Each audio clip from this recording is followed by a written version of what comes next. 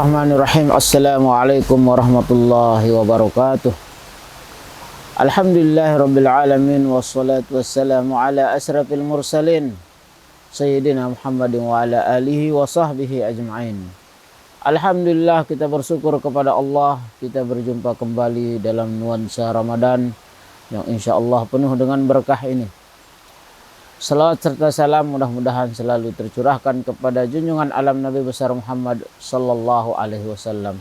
Mudah-mudahan kita semua akan mendapatkan syafaat baginda sallallahu alaihi wasallam. Allahumma salli wa sallim wa barik alaih. Pemirsa yang dimuliakan Allah Subhanahu wa taala, pada kesempatan kali ini kita masih berbicara tentang apa-apa yang berkaitan dengan puasa. Untuk apa semuanya dibahas panjang lebar? Karena kita tidak mau puasa kita sia-sia.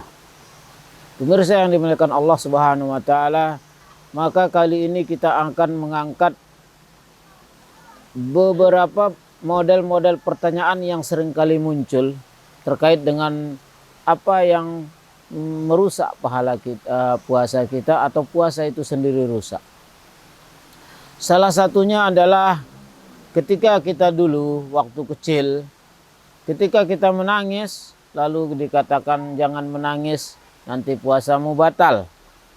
Sampai detik ini pun masih kita dengar ada orang menganggap seperti itu. Maka ini perlu kita ketahui bahwa itu tidak ada dasar sama sekali. Tidak ada kata-kata menangis yang menyebabkan menjadi batalnya puasa. Itu satu. Lalu yang kedua, banyak isu lagi, kita tidak boleh mandi menyelam dalam di siang bulan puasa. Di sini dibahas juga oleh para ulama kita bahwa tidak ada yang membatalkan puasa yang namanya menyelam. Tapi yang membatalkan puasa adalah masuknya air melalui rongga-rongga yang sudah kita bahas dalam kajian yang sebelumnya. Maka keadaan kita yang masuk ke dalam air bukanlah menjadi penyebab batalnya, tapi ketika ada air yang masuk, itulah yang menjadi penyebab. Jadi ketika ada orang mandi, mencebur, menyelam, lalu dia merasa aman dan yakin aman, tidak ada air yang masuk, maka puasanya tidak apa-apa. Dan sebaliknya, kalau ada orang yang merasa ada sesuatu yang masuk, maka kita pun bisa merasa seperti masuk air dari hidung, masuk air dari telinga. Kita tahu kalau itu terjadi maka batallah puasa kita. Jadi kesimpulannya, masuk di dalam air, menyelam di dalam air bukan membatalkan puasa. Tapi air itu yang masuk ke dalam badan kita itu yang menyebabkan batal puasa. Lalu isu yang kita angkat selanjutnya adalah bagaimana hukum orang nyuntik di dalam ketika dia masih berpuasa atau di tengah hari.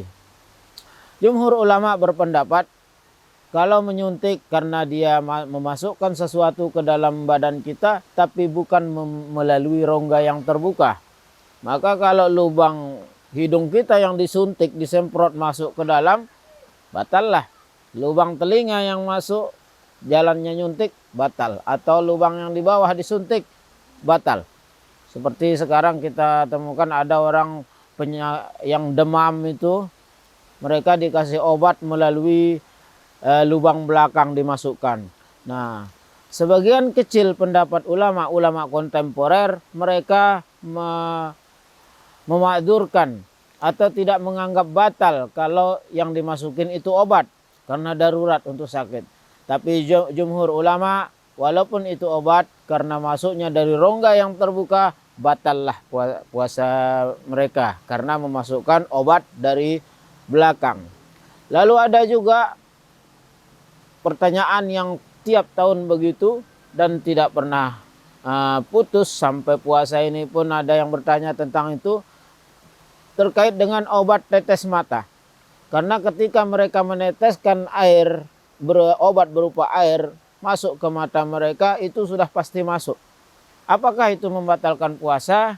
Maka ini tidak ada beda hukumnya dengan menyuntik, yaitu dia masuk ke badan tapi tidak melalui rongga yang terbuka. maka jumhur ulama berpendapat tidak apa-apa. Yang selanjutnya, muntah. Banyak orang juga secara langsung saja setiap melihat orang muntah puasanya batal. Di sini kita perlu teliti sedikit bahwa hadisnya tidak mengatakan muntah secara merata atau tanpa ada kaitan. Karena sabda Rasulullah sallallahu alaihi wasallam, "Man galabahul qai' atau man zara'ahul qai' fala qada'a alaih." Barang siapa yang dia kuasai oleh muntah, artinya muntah itu yang menguasai dia. Dia tidak sengaja, maka fala qada'a alaih, maka dia tidak wajib mengqada puasanya. Artinya puasanya sah.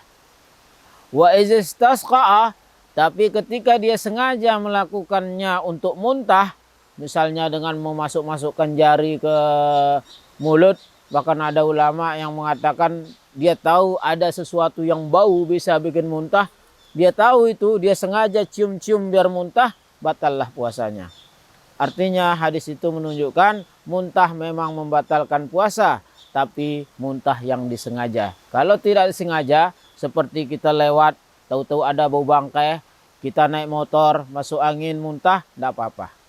Tapi satu hal yang harus kita ingat ketika kita terjadi muntah pada diri kita, terutama ibu-ibu hamil muda mungkin muntah ketika puasa.